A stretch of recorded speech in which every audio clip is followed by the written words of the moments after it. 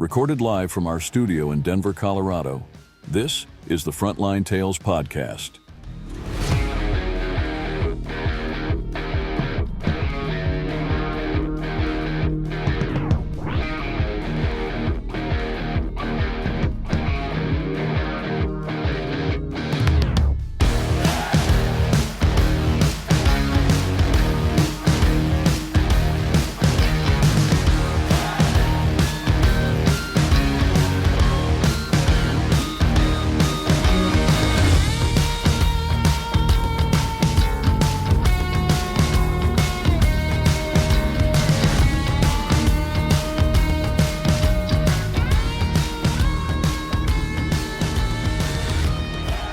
Everyone, welcome to this edition of Frontline Tails. Today I'd like to welcome in Lionel DeLange from Warriors of Wildlife. I've only recently met Lionel, and sometimes we don't always get along and agree about certain things, but one of the things that we do agree about are the scammers in Ukraine and around the world. And so we're going to talk specifically today with Lionel about him taking over Breaking the Chains, and Tom Seaton Norton from Breaking the Chains and his contact with him, things like that. So with all that, let's do it. Let's welcome in Lionel. I just want to get into the, your history, your story, and what you're doing with your shelter that you've taken over from Breaking the Chains. So let's get into it, and tell me a little bit about yourself, and tell our audience what it is that's happened with the shelter and Breaking the Chains, specifically with Tom SN at Breaking the Chains. Cool. Well, John, thanks for having me on. So who am I? My name's Lionel DeLange. I'm South African. I came to Ukraine for the first time in 2007. Many people ask me why, and many people will say we are in Ukraine for business. I came here, I'd met a girl online, and I started visiting Ukraine in 2007. Made a lot of friends. And then in 2010, I was fortunate enough to be able to move here. I developed a bit of software, and that is how I currently live. My personal living expenses are covered by software that is, people pay me annual license fees to use. So it's a bit of kit that I developed for hotels, restaurants, guest houses, and B&Bs. So in 2010, I moved here permanently. I'd had enough of everything that was going on in South Africa. And then in 2014, that is when the war broke out. I was living in Mykolaiv at the time. And that's when the war started. It was 2014 when they annexed Crimea and they did everything that they did. I had read an online article from a Mykolaiv zoo that they desperately need help. There was no funding for the zoo anymore from the city, because all those years, all the funding for non-essential services were cut. So zoo being a non-essential service, they didn't have any bucks, and they needed food and medicines and things like that. So I thought, well, let's see what I can do, raise a couple of $100, and we'll buy some apples for the bears. Anyway, it turned out that we raised $29,000. We filled the zoo up with food, lots of meat, lots of vegetables, lots of fruits. And we also kitted out their whole veterinary clinic. So that is how it started, and that made press. I didn't think it would go anywhere from there. And then I started getting calls from all over the country. And one of the calls was from the guys who were looking after Mezhigiria, which was Yanukovych's palace home. I don't know if you've been up there on your visit here. I have. Man, it's off the wall. So I went up there while my done was going on, and I was looking after the animals, and we got some food brought in for them. But what was really ironic was we were taking all. This guy was so paranoid. Um, he would grow all his own stuff, his own food, his own vegetables, have his own milk, everything. Um, he had the best. There were only two um, greenhouses of its kind in the world. Two of the best greenhouses, and he had one of them. He even grew his own cocoa beans, coffee beans, Wow. so that he could. I mean, he was super paranoid. Anyway, so we were taking all the foods out of his storerooms, out of his greenhouses, and anything else that he had produced, sausages and meats and butters and cheeses, and we were sending them down to the central kitchen, which was on Maidan at the time. So all the stuff he had grown was given to the people that were fighting against him. So that was pretty cool. And then we carried on looking after the animals there for a few months, raised some money to get food to them. And then more and more calls started coming in. And then it was, my next big one was in Kasson. I was living in Mykolaiv at the time. And then I got a call from activists in Kasson. Can we help with the local zoo? There are 5 bears living in really bad conditions, probably the size of a single garage. So I went and had a look, and I couldn't say no.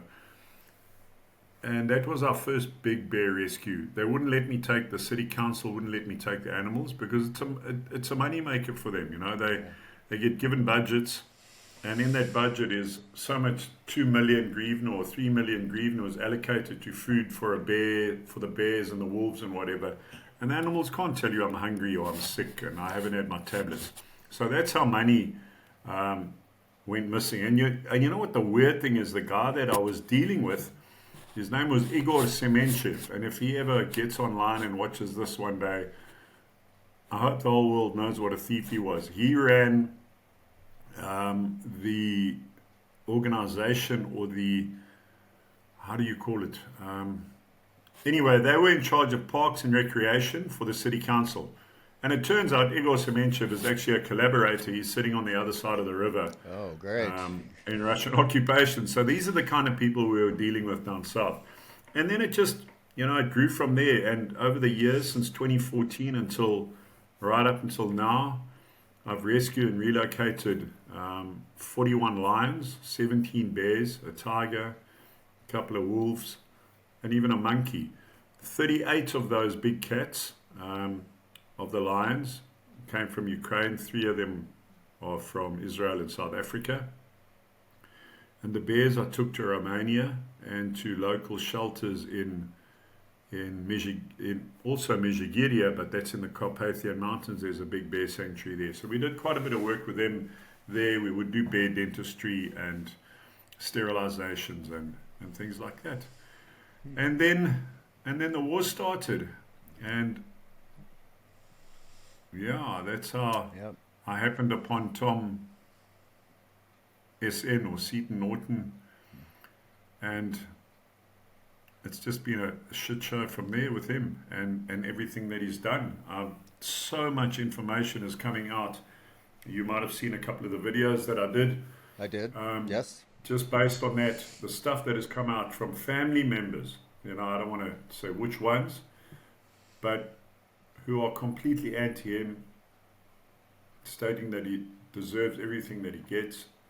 His old man, Cliff, has threatened me with the Ministry of Defense, so I'm actually waiting for them to arrive because I want to ask him for some ammo for my AR because I'm off to Kasson again in the morning. So it's really, I'm surprised that so many people are stepping up now. They've had the opportunity, many people have complained, but no one's wanted to put their face to it or their name to it. For some reason or the other, Well, they're scared of this guy. everybody was always getting crushed. Every time they said something negative about breaking the chains, there was a landslide of people, of the cult followers. I distanced myself, as you know, from breaking the chains. We had some contact, and I decided at that point that he was not a legitimate guy. All his stories and his posts and everything just didn't add up. And then I started reading slowly about all these things that were happening and where the money was people were questioning it. And then I saw that he was taking these elaborate vacations and he was spending it on elaborate things. And he had actually invited us to go to his shelter, which is now your shelter. And at that time, I decided that it wasn't necessarily a good thing to be associated with him. Next thing I know is he's telling me how secret the shelter is and how he doesn't want us there. So he would meet us somewhere else, but not at the shelter. So, how did you specifically get involved with dogs? Was it kind of like us when we were at the front lines and you saw what was going on, and all of a sudden you knew that they needed help? That everything, not only the big animals, the big cats and the bears, but the dogs and the cats and all those specifically needed help, especially when refugees weren't allowed to even take their animals with them on the evacuation buses that we were at and places like that. So how did that happen, and what's the current state of the shelter that you're in right now? Okay, so yeah, prior to the war, the full-scale invasion, I was concentrating on big cats and bears. I didn't know there was a cat problem, a lion problem in Ukraine until I was doing a bear rescue and I found 3 lions. Anyway, so the war broke out. I'd actually flown out of Ukraine on the 15th of January 2022 to relocate 6 lions and a tiger. And my wife and I decided that we were going to take our dogs and our cats, all street dogs and cats that we had rescued, back to South Africa, because between rescues we sit around for 6 or 7 months. There's not much doing. We're doing paperwork.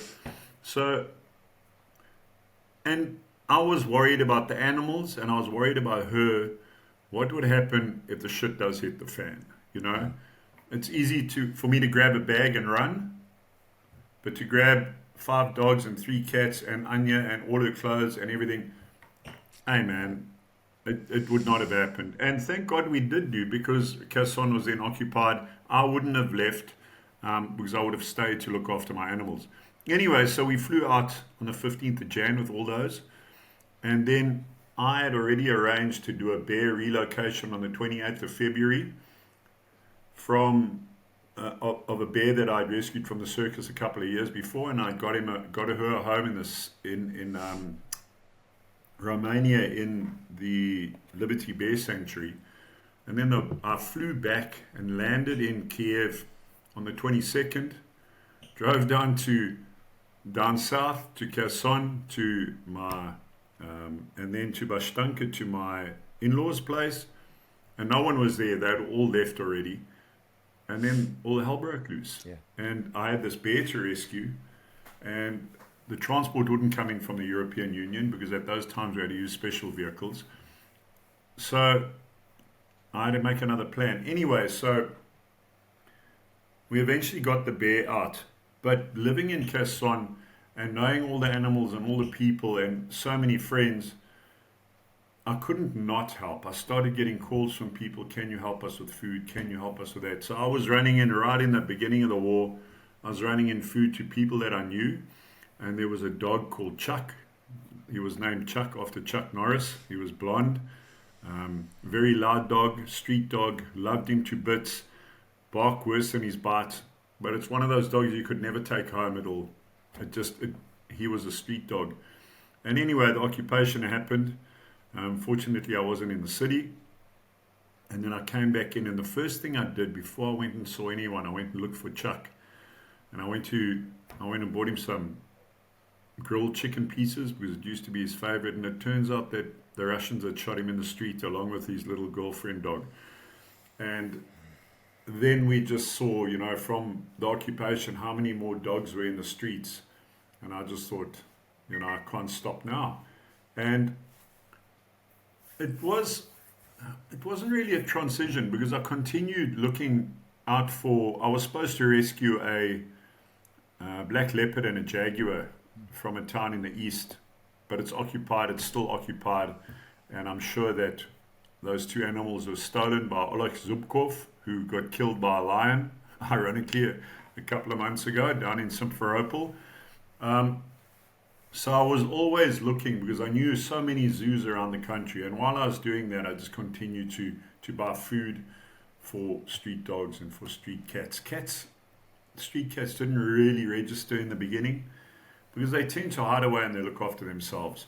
But I'll tell you what, it's become 50% of what we do now, the number of cats that are out there, because there are a few breeding programs with dogs, but there are virtually none for the cats, and you know how they breed. So, yeah, and that's what we do, and we just continue to do it.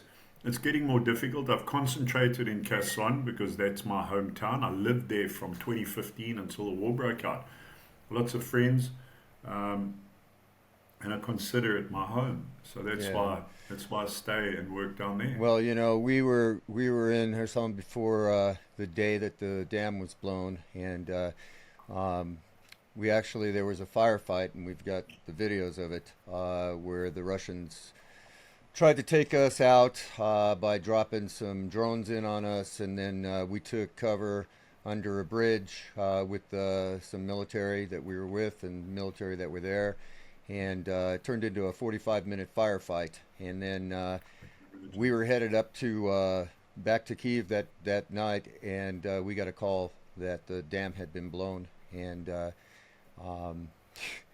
was there. I was just worried about all of our friends and the vets and the shelters that we were working with there, and it was a complete nightmare. And one of our teams went back with boats and spent 10 days there, and they got shelled while they were in their boats. I mean, the Russians were shelling them, you know, in the flooded areas, and it was, you know, been to Kherson many times, and it was just I was a terrible thing, and I'm sorry about what happened to you know, to your home city, so to speak. And but I'm glad that you got out. I'm glad that what you've done has been enormous amount of help for those without a voice.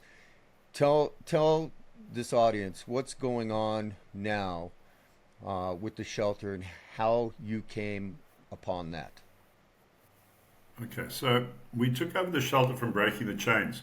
In November last year, Tom, SN, Seaton Norton, contacted me, and I knew this was going to happen. I knew because I was getting messages from some of the volunteers that were there that, hey, we're going to need help soon. These people have abandoned us. They actually moved out of the shelter, the whole team, except they left the Australian volunteer behind to run the place on her own. She wasn't even driving yet at that stage. You know, she's only just recently started driving, and we've had to have vehicles fixed so she can get to the vets and things like that. So Tom called me and said, I'd like to meet you. I've got some food for you. I was never a fan of Tom. So if we can just go back to the beginning with Tom. So I was doing a lion rescue from Odessa Biopark. There were 9 lions that we were taking out, and I needed transport. I had a van. I ended up carrying 4 of the lions in the back of my van, and then they took the other 5. And Tom turned that rescue, and all he was a driver, a delivery boy. He turned that into his own rescue. Many people say I'm bitter about that. I'm not bitter about it. I'm extremely angry about it because he made thousands and thousands and thousands of pounds and dollars off of that. Gave us no credit. And when I confronted him, he said, oh, but you know, the press this and the press that, they don't listen to me. I said, the stuff you told the press, they don't suck out their thumbs because they hit the nail on the head. So that's how I got introduced to Tom. Anyway, so I just sort of kept my distance from him. I didn't cut him off completely because he kept on promising me, we're going to make this right, we're going to do an interview and blah, blah, blah. So I thought I'd give him the benefit of the doubt because he's a smooth talker, you know. Yep.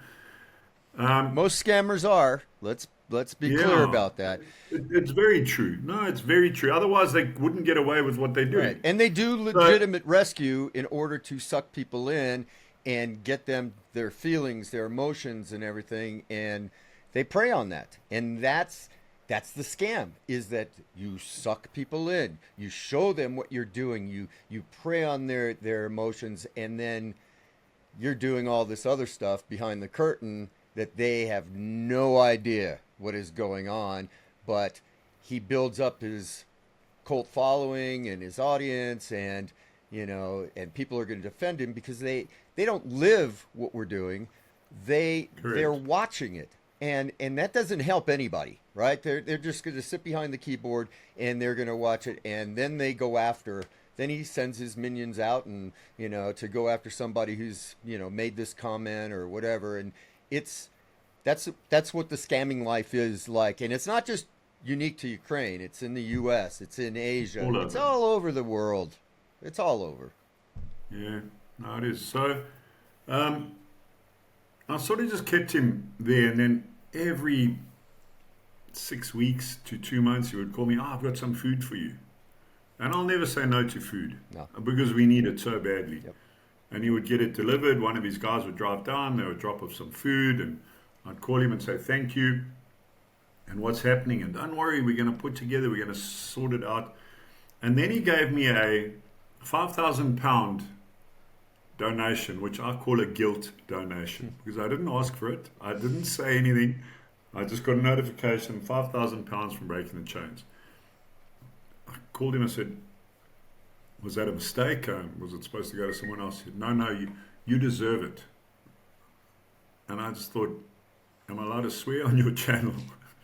I just thought, fuck you, you know. And I left it. I didn't return it. Yeah. We needed it. Sure. And he said, it's towards the lines. And we were going through a very bad drought at the time, so we needed to do boreholes and things like that. So I kept him in the background all the time. And the day that he stole the credit for that lion rescue, I said to myself, I'm going to get you for this. You're going to pay for what you have done. And it's taken 2.5 years, and now he's paying.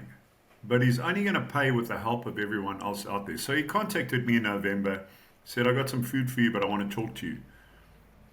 100%, let's meet. And I knew that he was coming to offer me the shelter because I'd had messages from various volunteers that things were not good. They weren't there.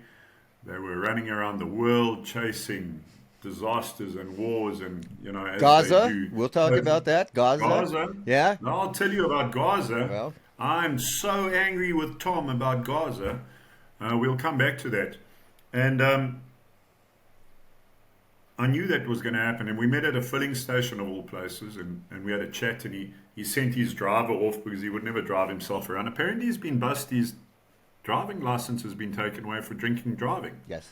So that I found out yesterday. The amount of information that's coming in about this dude is unbelievable. Anyway, so we spoke about it. I said, absolutely, Tom, I'm interested. I can do it. But I'm come from a business background. I need to know what our costs are going to be. So first of all, I want an asset list. What are you going to give to me? Because I don't want any problems down the line where somebody comes and says, that's my vehicle, or that's my ultrasound machine, or that's my washing machine. I said, I want an asset list, and I want a vehicle list of whatever you're going to give to me. No problem. I said, and I also want a fixed cost expense sheet so I know what I'm looking at. Yeah, no problem. We can get that to you. I'll have it in a couple of days. Anyway, we had 2 more meetings after that in March and April. Still no asset list, still no vehicle list. And then eventually I had to go to Israel and South Africa, back to my sanctuary, because I have a lion sanctuary back there. And then I came back and we did the deal on the 4th of July. So they called me and said, let's meet at the shelter.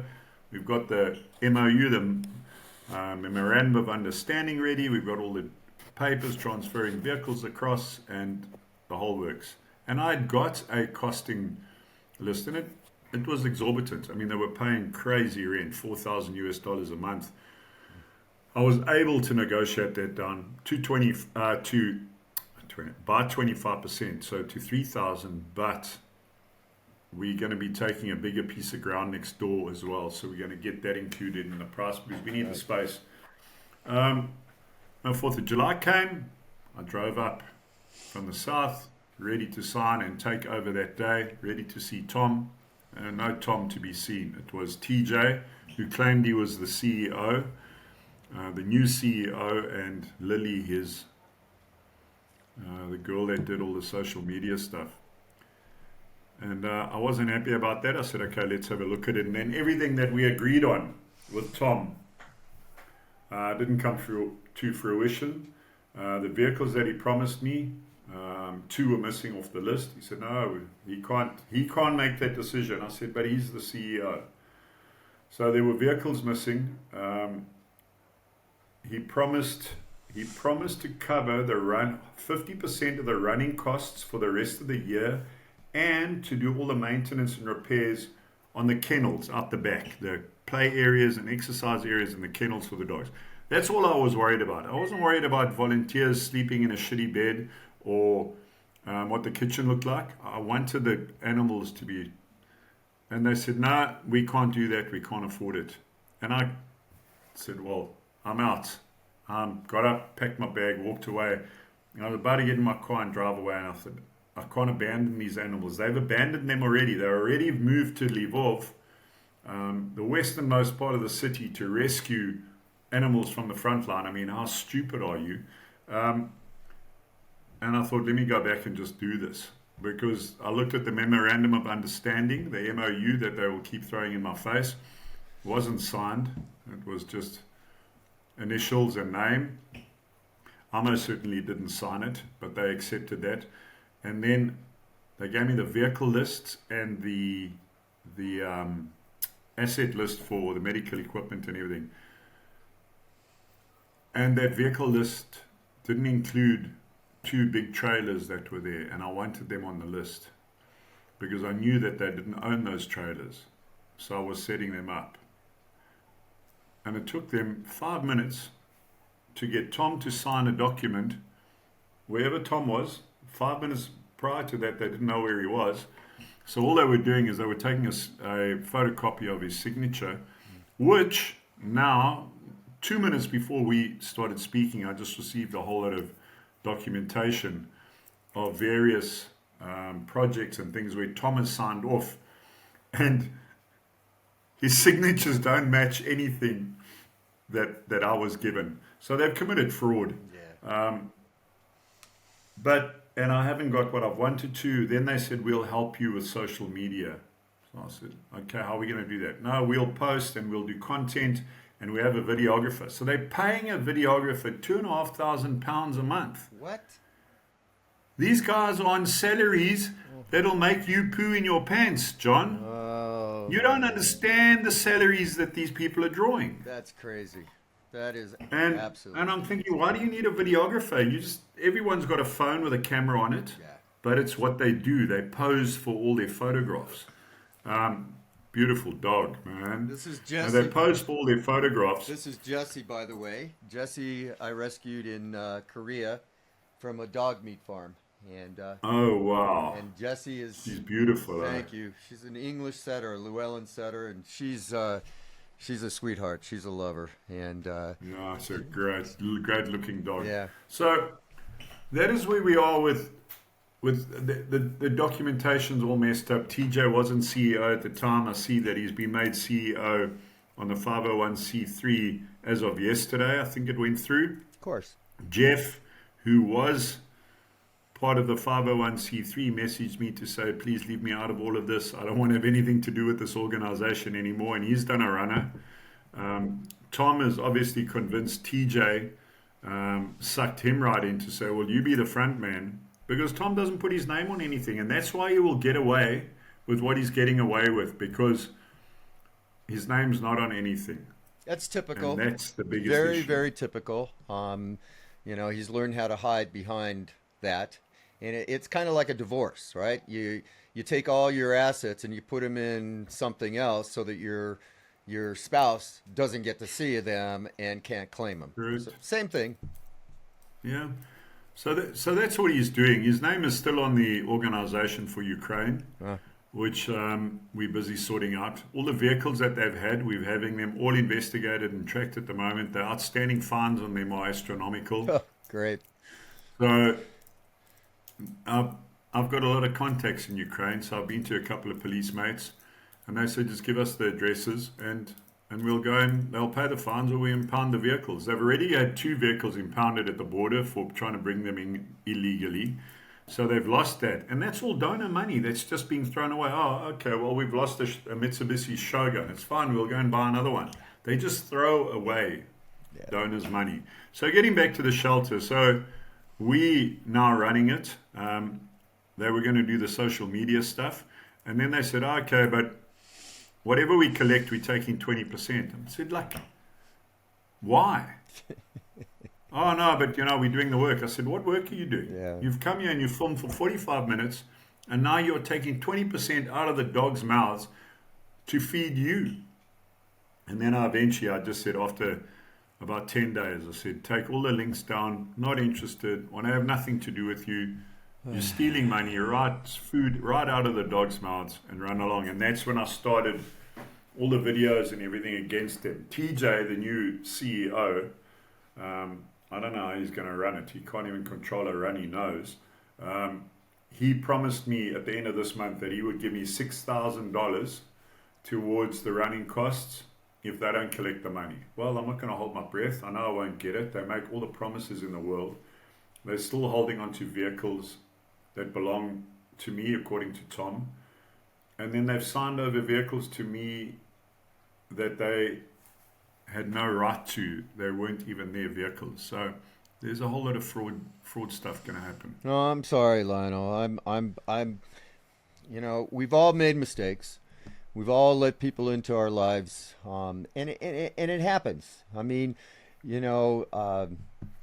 growing up, I was always taught, and I grew up with dogs, and my passion for animals. My father taught me at a very early age, just because one dog bites you doesn't mean that you're gonna hate the rest, right? This is one of those things. Is you let people in, you open the door, you trust them, and the next thing you know, who knows, but you can't dwell on it too. You have to move ahead. You have to know what's important, and what is important are the animals, and you've done the right thing that way. So I think that everybody would agree that at this point in time, you've been left with a huge burden, and that burden, that's a big one, but you're overcoming it, and that's what is important here. And your work continues to go on in Ukraine, and I want people to recognize that fact. This is not a vendetta, so to speak, against breaking the chains. It's just exposing them and what they've done. And, it's important that people understand. There's scammers. They're all over the place. Nothing we can do. But they not only, a lot of people say, one of his team members said, oh, you just bitter because of the post. They haven't done it just to me. They've done it to every single organization that they've worked with. Yeah. Gaza, let me just tell you about Gaza. They called me, we've got these lions there. How do we treat them? What do we do? So I gave them some information, what they can do. I said, what are you going to do with the lions? I'll take them. So I had a home for them. We had enclosures built ready to take them. I found homes for the other wild animals in that zoo. And then every time I spoke to Tom, he said, no, the Israeli government, the army, the vet, they're all against us. They won't let them out. I was in Israel the other day when the Iranians let go at us. And I actually went there to meet with the Israeli government from National Parks Authority. And we spoke about that as well, but also about some other traffic lines that we want to work with. And they said, Lionel is absolutely lying. We're ready to move them. The army was ready to give the escort. The vet had signed off on everything, and they just went completely quiet. Why? Because they had stolen as much of the money as they could, and then they didn't want to spend it on the rescue. And they were smuggling cigarettes. I mean, by Tom Nicholson's own admission, he said that's how we made lots of money. We were smuggling cigarettes in because we were one of the only orgs that were allowed in, and everyone looked the other way. Oh, they're a bunch of crooks, man. Well, and I hope they try and sue me, because then that is them opening the door. Yep, exactly. And then we step through and you are finished. So, that I had, and we've discussed this previously, but I've had experience, obviously, in Gaza and Sulala. I was going to transport 80 dogs out of there, and Tom took him for a ride. And because Tom, what he did, I could not convince them at the shelter to trust us. They and I have contacts as well, obviously, in the military in Israel and especially in Gaza. I've been in Gaza, several times. We couldn't get the trust built back up because Tom collected all these donations for that shelter, and he was going to transport those 80 dogs, which he left abandoned there, and took all the money and never paid a dime to those guys. Never. So I know the story. He did that in Serbia as well with the shelter there. Collected tons of money, 36 or 38,000 euros, and then just disappeared. The things he's done in Romania, and he just gets away with it. Yeah. All I want people to do. So the chances of actually Tom doing jail time, unfortunately, are very little. Yeah. Okay? But what they can do is just stop supporting Breaking the Chains. I know they have this cult following and they think that he's so great, but he's not. Stop supporting him. Stop supporting them and donate to another cause. I'm not saying donate to me. We would love it. We need it because we took over the animals that they abandoned. Right. But either stop donating altogether or find another organization to donate to. Well, I know he's taking in a lot of money on monthly donations. I know that people are still giving monthly donations. So I know that. Oh, yes. We've got access to stuff we shouldn't have access to, but and he knows that, and they're trying to plug holes at the moment. They are making a lot of money, and it's not going to the animals. No. They're dropping off food, wet food, from Tails.com, which is a British company, make awesome wet food. I've got a couple of things here. They get given pallet loads of that for free, and they get waggy dog food dry dog food in a green bag. Pallet loads of that. And they're giving it away, but saying we need the money to continue this work. Why do you need the money if you're not buying anything? Because you need to pay your salaries, your rent, and the lovely lifestyle you're living in the west of Ukraine. What are they doing currently, Tom? What are they rescuing still? Have you seen No. Have you seen Tom out there rescuing? I'm sorry, Lionel, I called you Tom, but You call me Tom. It's okay. okay. Now we quit for earlier. Yeah. So okay. So I think being called Tom is worse. Hey, I'm sorry. I really apologize for that. But it's okay. But here's the deal. What is he doing? What currently is he doing? Where's all the money going that is supposed to be going to the dogs, to the animals? Where could that possibly be going? Have you seen him? Is he out rescuing? Or is he posting old videos? And even if he was rescuing, where's he taking those animals now? Because I haven't seen anything. Have you? No. So for the last year, they haven't been down south at all, because I would know. They haven't been down south. They haven't been into Kherson. The last time I saw them was earlier this year. I was coming out of Kherson at the checkpoint, and I saw them in their fancy Jeep on the side of the road, surrounded by SBU and military personnel, and they wouldn't let them in. Yeah. I know the guys at the checkpoint. I stopped. I said, "Can I help?" He said, "This guy doesn't have a permit. We want to help him, but he won't give us the information." "What information do you need?" I asked him. I said, "We need to look at his phone, his IMEI number on the phone. We want to check his telephone number, and we want his email address. We're going to send it off to the commandant for Kherson region, and then we might let him in."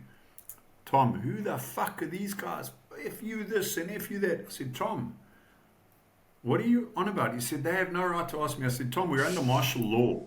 They can ask you to strip naked right now, and you have to do it. What an idiot. Um, so the guys walked off, and I went over to him. I said, what can we do? He said, nothing, Lionel. You're welcome back in. You've got your permits. You adhere to all the rules. Tell them to go. That was early in the year, so they did nothing. I offered to take the food that they had in, and they wouldn't do that because they clearly don't want to share anything. And then they disappeared. They've done no rescues whatsoever. They picked up a little Chihuahua dog, and at an old lady that surrendered it. They've done nothing. They've done no rescues. They are delivering food via Novi Posta, which also doesn't cost them anything because you get free delivery. Right. Right. So they don't need money for that. And then they're delivering to dogs in Lviv, which, sure, they're hungry, but don't tell us you're doing frontline work. Right. Which frontline are you talking about? Is the Polish-Ukraine border a frontline now that maybe we don't know about? But they're nowhere near doing anything. They are doing nothing. Yeah. They're doing just enough photographs and all that to post on social media to continue to collect money. Well, I know that they've staged videos. Personally know that, especially about Kherson, about them driving their rig down there and dumping the supplies on the side of the road because they either couldn't get in or actually didn't want to get into Kherson at the time, and they left those supplies on the road and did a bunch of videos proclaiming that they were in Kherson, but they were not because we were, and they did not show up. That's what they're about. They're posers. That's all they are. And I said on a video the other night, I said, Breaking the Chains, Tom and his gang don't care about animals. And then I said, Money. Sorry, they do care about the animal, but they care about it because it's a prop for them. Exactly. That is the only reason they do it. They hug the dog, hold the dog. So I call them BTC FFF now. So it's BTC, find him, photograph him, and forget him. That's what they do. I know photo's supposed to be spelled PH, but I know, I get it. You can use that that's acronym. exactly what they do. That's a good acronym for him. I agree. So, well, look. And that's what they do. And that's what they're doing right now. I'm glad that we had time to have you on. I'm glad. I want people to understand what's going on and the burden you've been left with and the good work that you're doing. And let's leave it at that. And you know what? I've told you this before. I made a couple promises to you that I will keep as far as us getting some food to you. And well, it's the least that we can do. And then thank you very much. And then when we're in Ukraine at the beginning of October, we intend to. We'll see how that goes. We've lost 3 vehicles ourselves to this point, so we're still trying to find another vehicle that we can leave in Warsaw and be able to travel back and forth. But but we will. We would be happy, and my group, every team member has said, it'd be a great thing for us to go by and help you. We've built a lot of shelters. We've helped in a lot of shelters in Mykolaiv and in Kherson and in Kharkiv and everywhere else. So we're very happy to do that, and hopefully we'll get to be a part of what you're doing and help you. I don't look at it as competition, by the way, just so you know. Neither do I. It's not competition. If I may interrupt, if all this fighting amongst each other, and I'm doing it with Breaking the Chains, but it's because they're thieves. If only we all work together, how much we would actually achieve. Exactly. But everybody, I can't tell them where I'm going because I'm scared he's going to steal a donor from me, and I can't show him the brand of food because they're going to go and steal it. It's pathetic. Well, you know what? Yeah, it's like that. Again, not only confined to Ukraine, it's that way all around the world. I've run across it in Asia. many, many times. I've run it across in the Middle East many, many times. You can't, people, if you're really truly concerned and want to help, to combine together, to join forces. It doesn't mean I'm taking money out of your pocket. It doesn't mean you're taking money out of mine.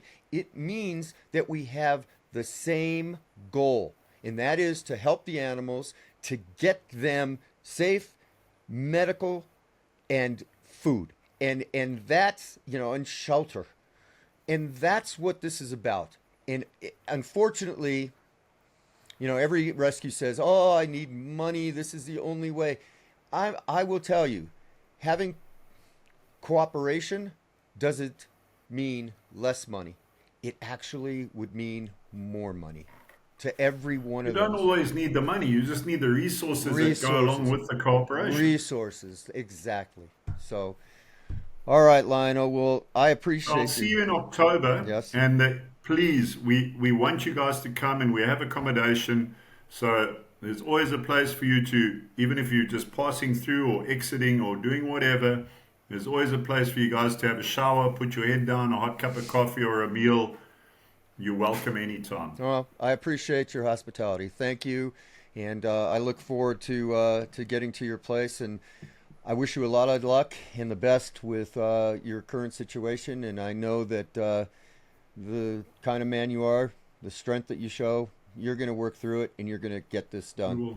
So, Well, you mentioned Afrikaans earlier on. So in South Africa, we say, a boer maak 'n plan. yeah, In the direct translation of that, it is a farmer always makes a plan. So you know what farmers are like. So I do. we'll make a plan. We will always make it work. I don't run away from anything. The only thing I've ever run away from is my ex-wife. Yeah.